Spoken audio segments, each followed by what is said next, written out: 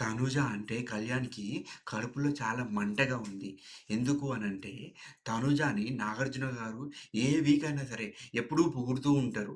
ఆ పొగుడులో నాకెందుకు పొగడట్లేదు అని చెప్పి కళ్యాణ్ చాలా మనసులో బాధపడుతూ ఉన్నాడు.